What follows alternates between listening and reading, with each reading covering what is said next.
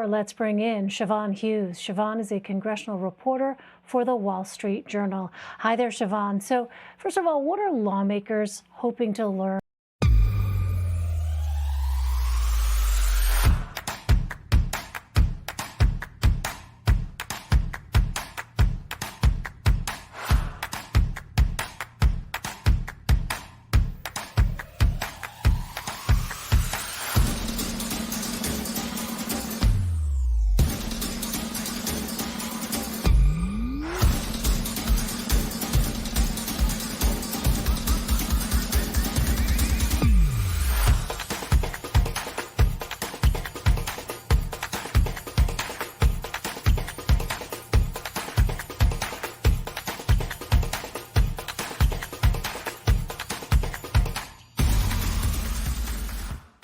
From these hearings? Lawmakers want to understand where the intelligence lapses were, if any, and the witnesses today said there were. They want more information about why the National Guard was not called in earlier. And finally, they have questions about the structure of the security system within the Capitol. It appears that there is going to be structural reform. As Roy Blunt said at the end of the hearing, it seems that the structure got in the way. Of course, a lot of these questions were not answered today, and we are going to be hearing more next week when the same committees bring in officials from places like the Pentagon to answer questions from their perspective. Well, the four officials who testified laid some blame on the intelligence community.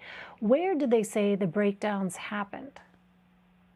One of the big problems that you highlighted in your package had to do with a report from the FBI's Norfolk field office. That report was sent on the evening of January 5th. It was not accompanied by a phone call. It was not highlighted in any fashion. And so one of the questions the witnesses had was, for something that important, why would you not make a phone call? So that's just one example of the intelligence lapses. Prior reporting by outlets, including the Wall Street Journal, though, have suggested that there was conflicting information coming out of the intelligence community. For example, the Department of Homeland Security issuing a report right before January 6th saying it didn't see anything unusual.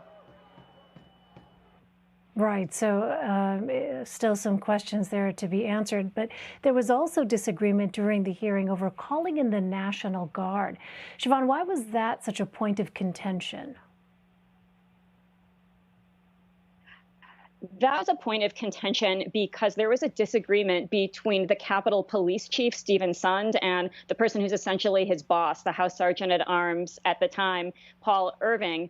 The police said that he had made a call at 1:09 p.m. And in fact, the House Sergeant at Arms said that never happened. Had it happened, he said, I was in a position to activate those forces right away. So part of the issue is there is a disagreement about the decision making in the moment, not just the intelligence preceding the attack, but how that was handled at the moment. And in fact, Rob Portman and a couple of other senators did say, listen, we want the phone records. So we have a timeline of what happened during what the senators are dubbing that missing hour. Yeah, I would imagine they're looking for obviously some clarity with those records. We'll see what comes out of that. Well, let's turn now to the next COVID relief bill. Siobhan, the Senate parliamentarian is considering whether to include the president's $15 minimum wage increase in the bill. Do we know when that decision will come down, and what options will lawmakers have if the wage increase is not included? We are told the decision could come down as early as tomorrow on Wednesday. And should the parliamentarian rule against including that $15 increase, there are options, but the pathway is very narrow. Senate Democrats would essentially be forced to move a standalone bill that would require 60 votes to get through the Senate. Obviously, a tall hurdle at a time when the Senate Democrats only have 50 votes and not all of their caucus agreeing to a $15 an hour minimum wage.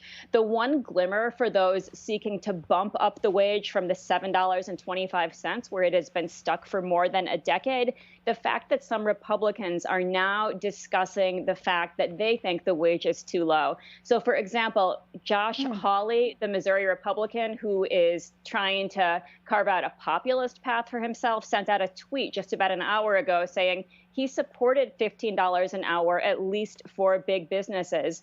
You also saw today a proposal from Republicans Mitt Romney and Tom Cotton.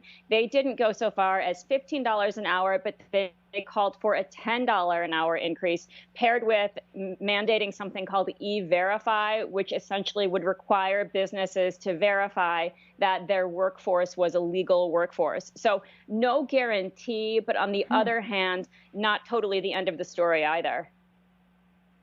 Yeah, it's interesting to hear about that, that there is looking like the possibility of some movement or room for compromise, it sounds like, potentially, Siobhan, on that issue.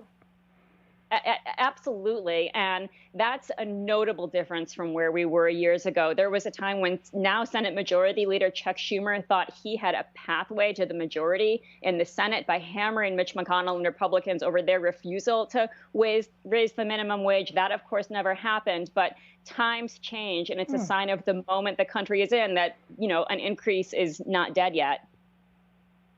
Yeah, times really do change, it sounds like. Well, finally, Siobhan, many of the president's cabinet nominees have faced relatively easy confirmation processes, but a few face a tougher road, particularly the nominees for White House Budget Director and Health and Human Services Secretary. Where do those nominees stand, and are they in real jeopardy of not being confirmed? So the person in the most jeopardy is OMB nominee Neera Tanden, and our reporting suggests that the White House is already discussing who her replacements would be should either the White House decide to withdraw that nomination or should Neera Tanden insist on having a vote and it turn out that she does not have the support to back that up. For her, the big problem is that two of the swing Republicans, Susan Collins and Mitt Romney, have already said they would not support her. So she does not yet have a way to offset the fact that Joe Manchin of West Virginia is not going to endorse her. But problems on the horizon, too, for two other nominees, Deb Haaland and Javier Becerra, because Joe Manchin has not said whether or not he is going to endorse them. So the same dynamics could be at work in those nominations as well. All right, to be continued. Siobhan Hughes. Siobhan, always good to see you. Thank you very much. You too. Thank you.